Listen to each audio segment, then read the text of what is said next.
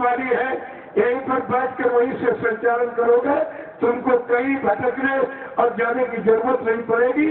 मैं ऐसी व्यवस्था बनाने के प्रयास में लगा हुआ हूँ।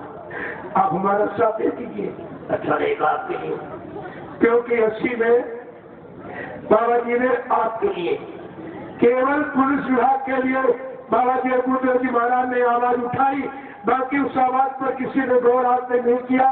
बाबा जी ने कहा पुलिस का कर्मचारी अधिकारी सबसे ज्यादा समय देता है, 24 घंटे ड्यूटी देता है और 8 घंटे की तनख्वाह देते हो, यह न्याय है। एकदम उसको पूरा पैसा नहीं मिलेगा, अपने बच्चों को अच्छी शिक्षा कैसे दिला पाएगा, अच्छे परिवारों में संबंध कैसे कर पाएगा, अच्छे मकानों में रह कैसे पाएगा। केवल बाबा जी ने आवाज उठाई, बाकी उस आवाज की अब तक किसी ने टिप्पणी भी नहीं। मैं जगह जगह करता हूँ और मैं जितना सम्मान करता हूँ कोई नहीं करेगा। यह सम्मान नहीं बल्कि आगे आने वाले समय का प्रमाण प्रस्तुत करता हूँ कि तुम्हारा इसी तरह से जब जनता सम्मान करेगी और आपकी मेहनत परिश्रम को समझेगी, तब तुम्हारा भविष्य सुख शांतिमय हो जाएगा। उसी की तैयारी है, उसी की तैयारी में आप हमारा साथ दे दीजिए, अच्छी बात है।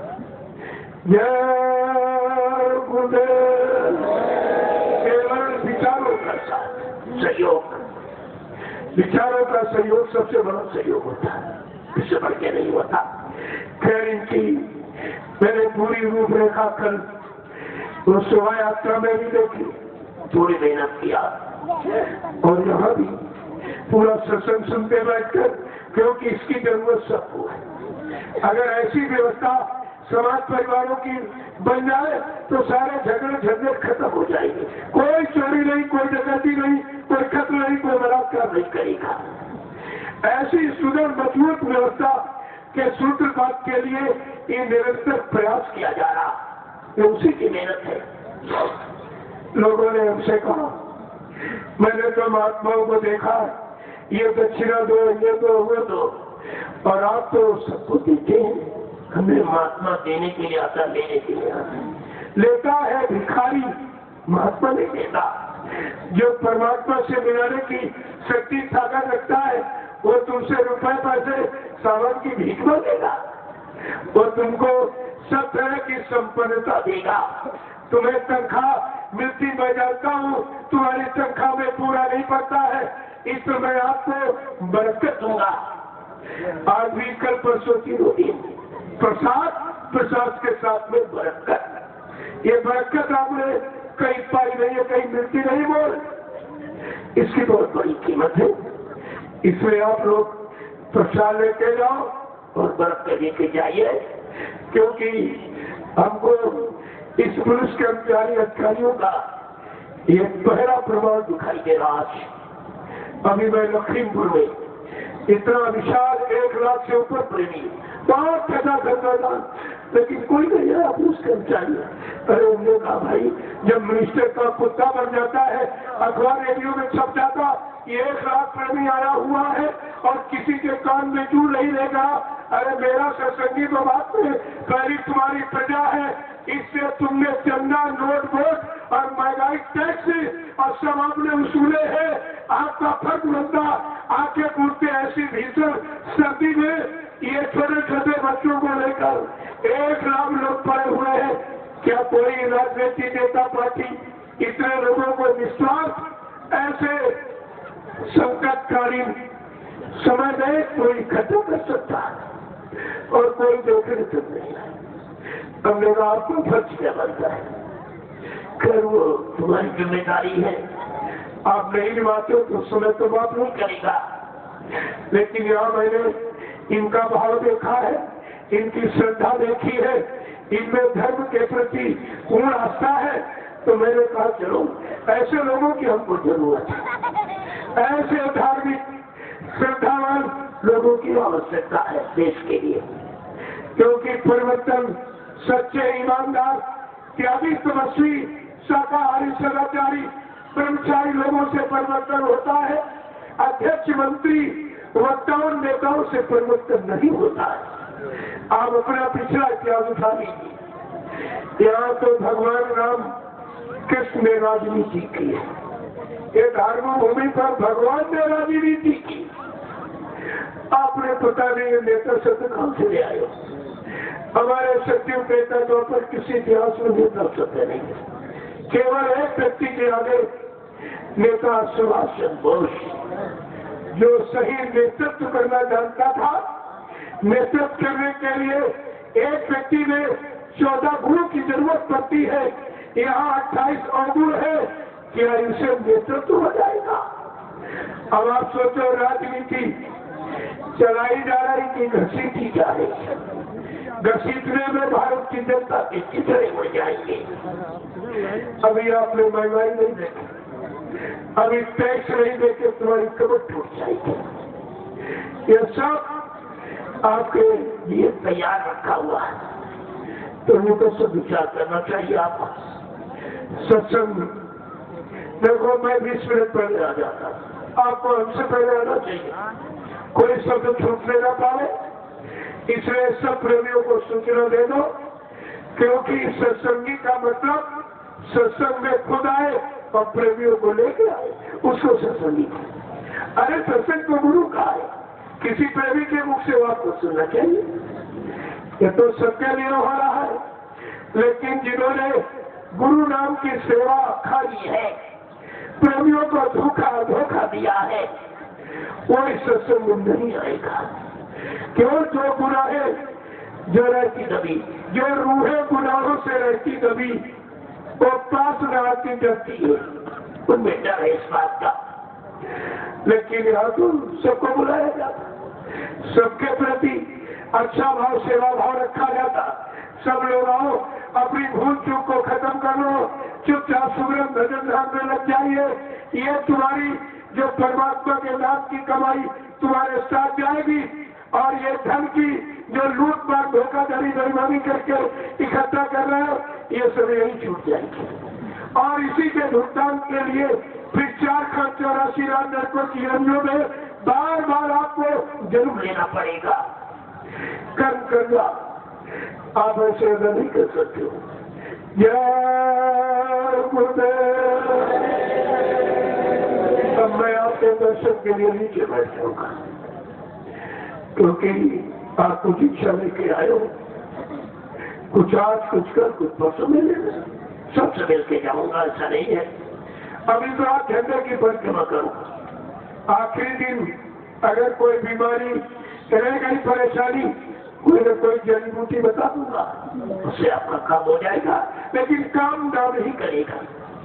जब 11 बार जब तो प्रभु का नाम लोगे, ये लाची दाना है, इसको तो लेके जाइए आप। ये लाची दाना नहीं है, ये तो कोई ना कोई वसीले के लिए माध्यम आप तक दया पहुंचाने का बनाया जाता। और जब आप नाम लोगों ही काम करेगा, तो सब काम के लिए है। तुम परीक्षा करके देख लो, तुम्हारे घर में कोई बीमार पड़ा है, डॉक्टर ने जवाब दे दिया, दवा भी काम नहीं कर रही, आप भी कह रहे हो अब ज्यादा ये 8 घंटे का मेहमान आपने चारपाई से उतार के जमीन में लिटा दिया और बेहोश पड़ा है। उसके मुंह में एक इलायची दाना डालना और उसके कान पर अपना मुंह लगाना और 21 बार ये बोलो कैसे, जय गुरुदेव प्रभु का नाम बोलो, जय गुरुदेव प्रभु का नाम बोलो, जय गुरुदेव प्रभु का नाम बोलो। जब 21 बार आप बोलोगे, वो बेहोश व्यक्ति आपको देगा। फिर उससे पूछना, मैंने तुम्हारे कान में जय गुरुदेव समय वक्त का प्रभु नाम बोला, तुमने को देखा सुना? जिसने बाबा जी को कभी न देखा तो बताएगा मैंने सफेद भेष का एक महात्मा देखा, वो सब बताएगा आपको। सारी हकीकत सत्यता आपकी हो जाए।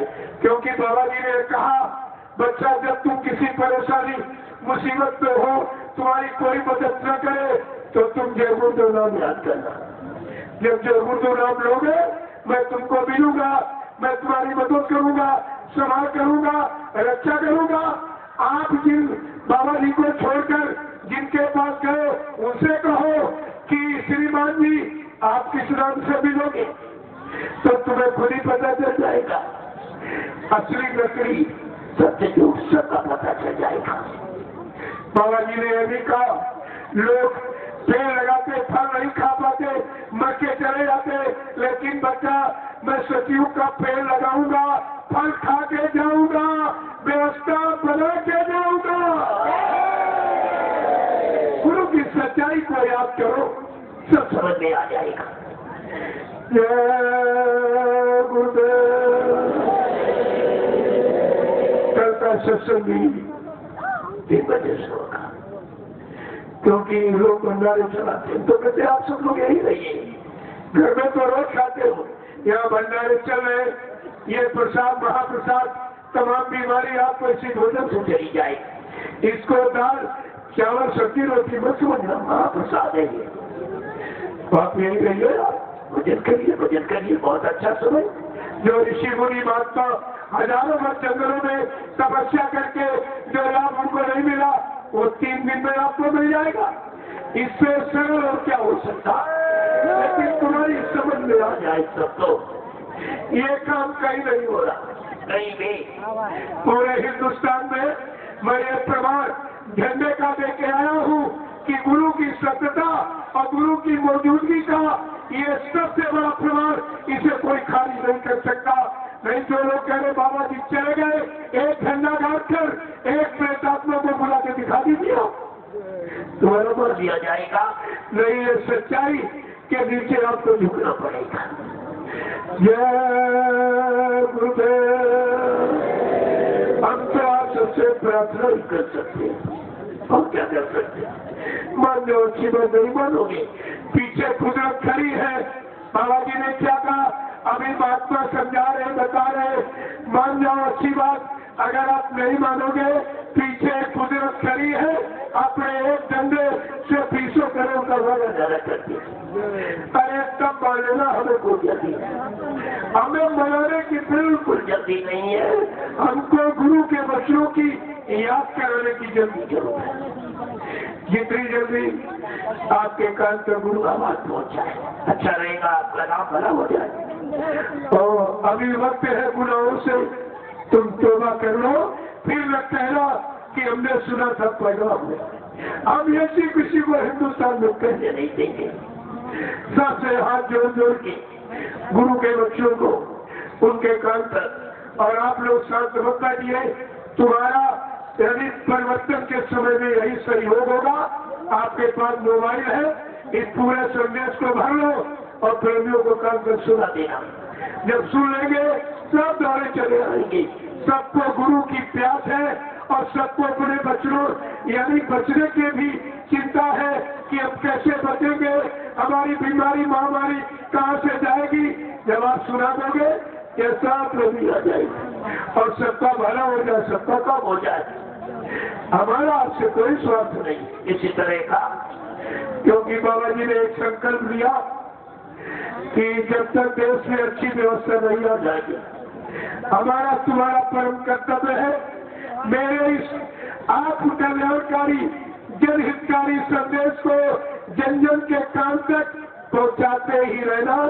मैं पूरा देश का पालन कर रहा हूँ, वही संदेश में पहुंचाता हूँ।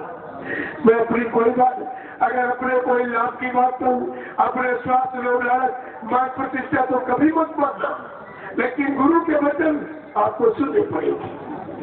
अगर गुरु भक्त हो तो, अगर लोभी लालची और सेवा एवं बटोरने इसके भक्त हो तो बात अलग, उनकी बात तो अलग। लेकिन जो गुरु भक्त है वो गुरु बच्चों को जरूर सुनेगा और पालन करेगा, अल्लाह उठाएगा।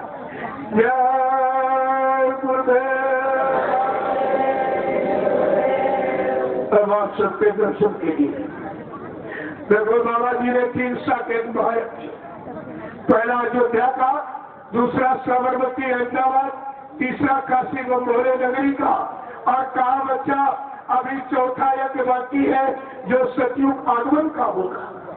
वो चौथा यज्ञ किसी पुरानी बड़ी धार्मिक नगरी में नहीं होगा, पुरानी बड़ी धार्मिक नदी के किनारे नहीं होगा, बड़े शहर कस्बों में नहीं होगा।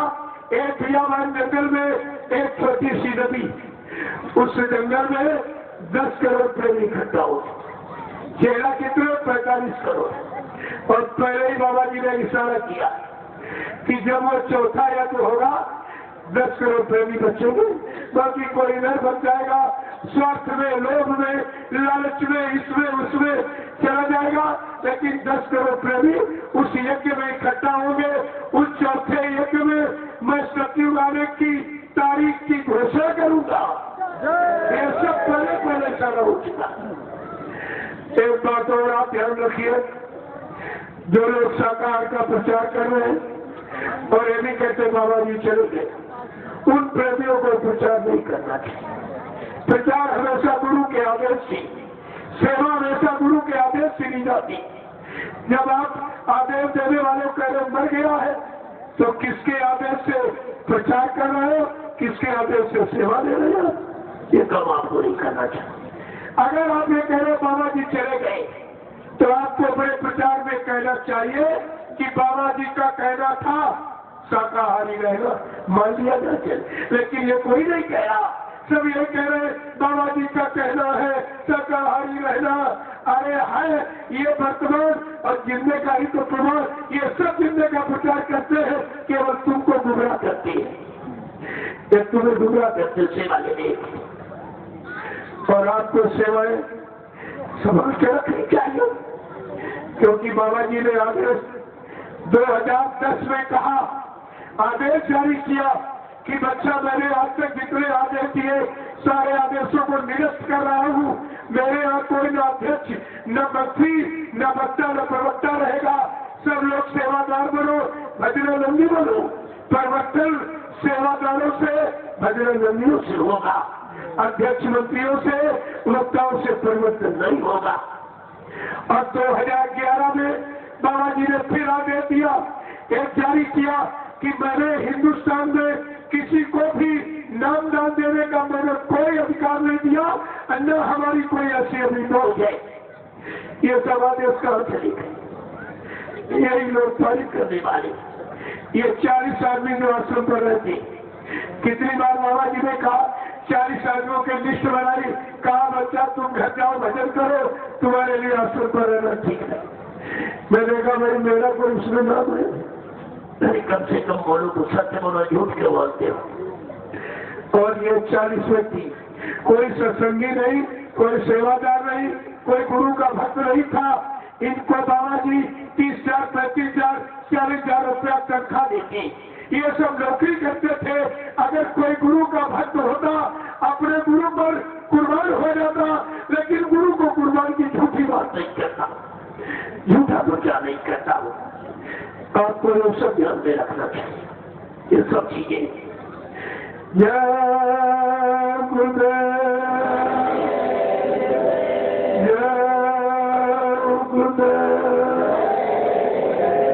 जय गुरुदेव नाम कृष्ण, जय गुरुदेव नाम कृष्ण, प्रभु का प्यारा। अब आप सबके दर्शन के लिए इन्होंने व्यवस्था बनाई, मैं नीचे बैठ जाऊंगा ताकि आप के अंदर इच्छा है जरा देख लूं कौन है क्या, मैं नीचे बैठ जाऊंगा। और कल का सत्संग थोड़ा जल्दी आया करें आप, ताकि इधर रात हो जाती है, आप लेट आते हो और एक भी बच्चों छूट ले लेता। अगर की बार छूट गया और शंका में चले गए तो फिर आप निकल नहीं पाओगे। एक काल माया इतनी जबरदस्त जकड़ लेगी, आप निकल नहीं पाएंगे। इसलिए बड़े सावधान रहिए। कहा था बाबा जी ने कि तमाम काल के जीवों ने मेरे यहाँ बैठ के नाम दान सुन लिया है, ले नहीं लिया, सुन लिया है। ये काल के जीव है और पहचान बताई, जो नहीं माने हुकुम हमारा, उनके मन को काल संभाला। जो मेरे हुकुम आदेश को नहीं मानेगा, न विश्वास करेगा, अपना आदेश चलाएगा, अपने स्वार्थ लोभ लालच के लिए, कहा बच्चा ये काल के जीव है, इनसे बहुत संभल के रहना। ये सब आपको बता दिया गया था। मेरे साथ रहने वाला, चलने फिरने ऐसे वाला, खाने पीने वाला, इनमें से किसी को महात्मा मत मान लेना, धोखा हो जाएगा। हमारे अपने बीच में तीसरे को खड़ा मत करना, या कोई फरिश्ता नहीं है, धोखा हो जाएगा। मेरे साथ रहने वाला कोई एक कहते मैंने बाबा जी को पहचान लिया, समझ लेना बहुत झूठा है, मुझे कोई नहीं पहचानता। और बाबा जी ने चैलेंज किया कि विश्व की सारी सियादी अगर मेरे पीछे लगा दी जाए, जब तक बच्चा मैं नहीं बताऊंगा मैं कौन हूँ, मुझे कोई नहीं पहचान सकता। जिस महापुरुष ने अपनी इंसानी शकल के लिए चैलेंज किया, मुझे कोई नहीं पहचान सकता। प्रेमियों, वो इंसान है कि भगवान का भगवान है। आपको कुछ नहीं आया। जय गुरुदेव।